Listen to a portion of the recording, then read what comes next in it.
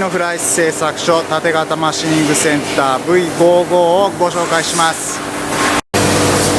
こちらコントローラーです。コントローラーはマキノのプロフェッショナル3です。中身はファナックの 16M をベースとした NC になります。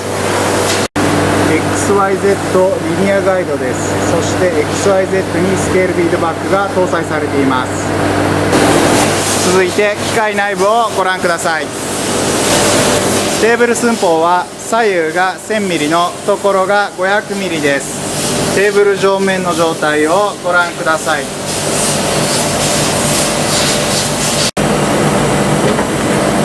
ツールシャンクは HSK の A63 タイプになります。主軸の最高回転数は2万回転の仕様になります。オプションとしましてはエアブローとスピンドルスルークーラント、スピンドルスルーエアがあります。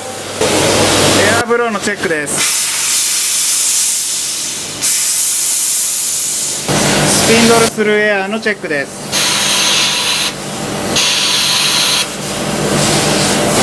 機械の上部にはシャワークーラント装置がついています。はい、こちら ATC です。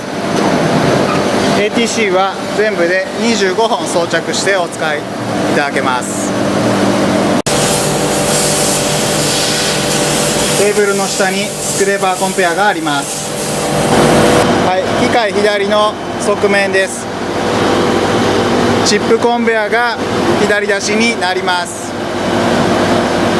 それではいつもの通りに簡単なサンプルプログラムを準備しましたので、早送り速度 100% で運転の様子をご覧ください。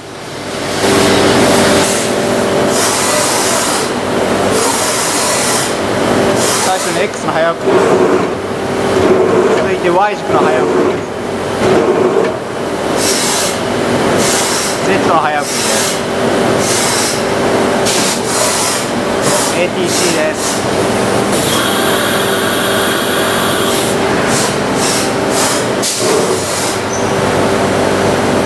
3軸同時ヘリカル切削の動きを実践しています。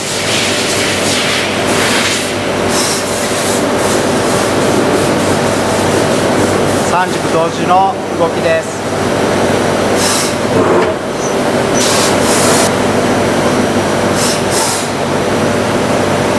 ドリルの穴開けです。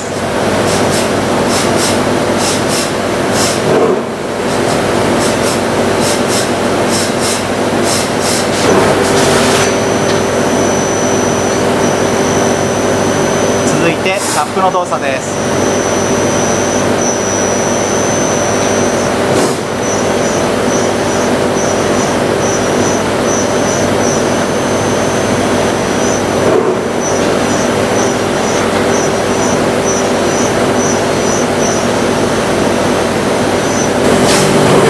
最後に主軸の回転をご覧ください。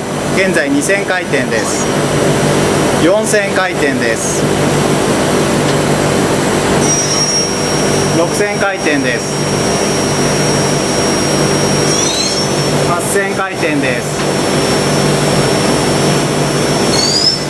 1万回転です。1万2000回転です。1万4000回転です。1万6000回転です。1万8000回転です。こちらが最高回転数の2万回転です。